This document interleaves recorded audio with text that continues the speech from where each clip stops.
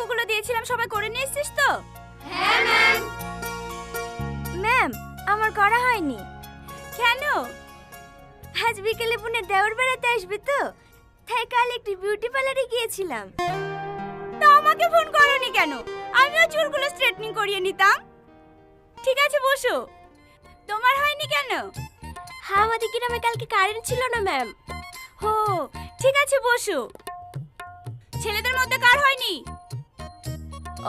আমার ম্যাম। করিসনি কেন? কালকে আমার চাচতো দাদি মরে গেছে তো, তাই করা হয়নি। দাদি মরে গেছে তো কি হয়েছে? হ্যাঁ, অঙ্ক তো দাদি করে দিত নাকি?